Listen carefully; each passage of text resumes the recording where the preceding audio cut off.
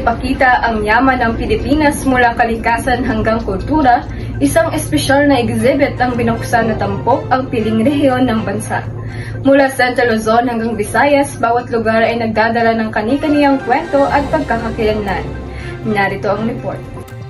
Tampok sa exhibit ang 6 na rehiyon ng bansang Central Luzon, Calabarzon, Mimaropa, Bicol Region, Western Visayas, and Central Visayas.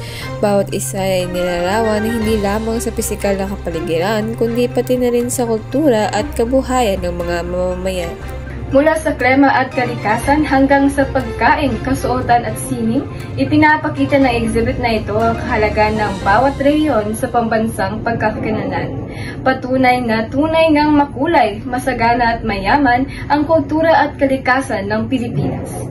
Para sa Pambalitaan ng Pilipinas, ako si Yana Velania, nag-uulat.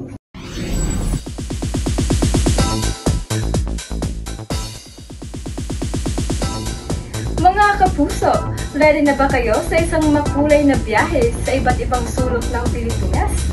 Dahil ngayong araw, hatid namin ang isang espesyal na exhibit na tampok at ganda at yaman ng ilang piling rehiyong bansa. Narito si Aryan Beth, nag-uulat. Aryan?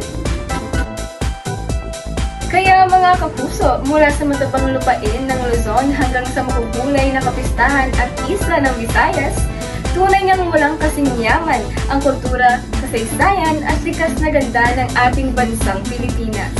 Sa exhibit na ito, muling ipinapakita na bawat rehiyon ay may sariling kwento at yaman na dapat ipagmalaki. Ako si Yana Velania at ito ang inyong Chika Minute!